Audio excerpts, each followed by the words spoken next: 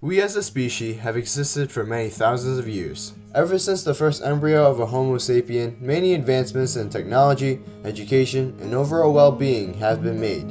Even with the advancing education that researchers and scientists are providing us, most of us are unaware of the new ideas and perceptions that are being pushed out to the community and assume that the ideas of previous generations are still true today, such as the breathing process. People don't suck air in, but rather air is considered to quote-unquote fall into our lungs. When you take a breath, the diaphragm below the lungs contract, flattening out and allowing the rib cage to expand, which causes your lungs to expand as well. This causes your lungs to decrease pressure, and since the pressure gradient flows from high pressure to low pressure, air flows from the pressured atmosphere to your lungs. This is the reason why people that climb mountains experience difficulty breathing. The atmospheric pressure up there is less than what we experience in lower elevation.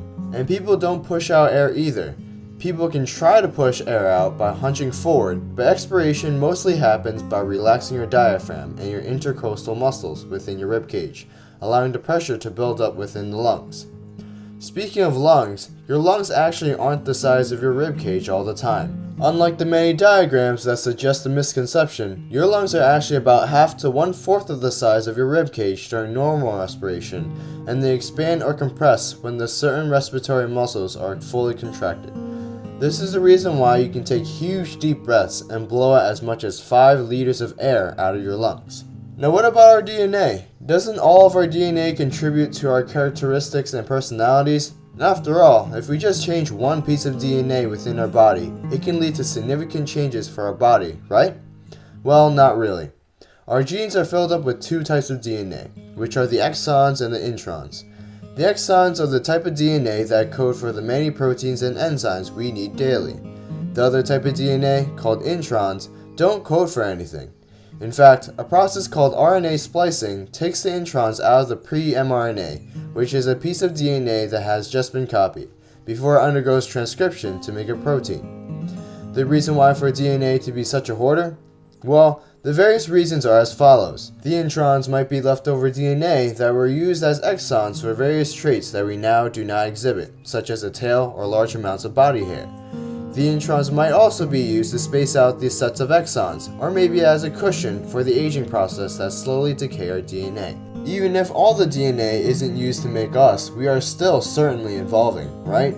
Well, this is actually debatable due to the modern technology that we have today. Advanced medicines and treatments now allow us, as a species, to live against most natural causes of death. Some theorists may say that evolution is still happening today due to the favorable changes such as our growing height, weight, or age, but it's hard to explain how all the technology that allows us to live longer and better, even with detrimental genes, does not influence our ability to evolve under natural circumstances. Seems weird, right? Now, if watching this video so far is only giving you a headache, don't blame it on this video. The perception of pain may cause you to point to the specific area of discomfort as the cause, but in reality, it may be the things around the area that is causing the irritation. Our perception of pain location is actually pretty accurate, since the peripheral nervous system signals messages that specifies the area that is uncomfortable. Although massaging it directly may help tone down the discomfort, the other muscles might be tight or slightly injured, which may cause you to experience the persistent pain in that certain area. If you have a headache, try checking your posture to see if your neck and torso is hunched over. If your lower back hurts, try strengthening your glutes, quads, and hip to see if the pain still exists. By the way, when talking about the subject of muscles, we are usually informed that muscles are pushing and pulling ourselves away and towards something, but in reality, it can actually only pull. For example, the muscles such as your triceps contract by the myosin heads pulling on the actin filament, causing the muscle to shorten and bulge. While it shortens, it pulls the insertion point of the moving bone, which is your forearm, and the origin point of the stationary bone, which is the head of your humerus, together, which makes the arm extend. In this case, a push-up that is done by pushing yourself off the floor is actually done by the muscles pulling the insertion point towards the origin point, extending the arm and causing you to quote-unquote push yourself up.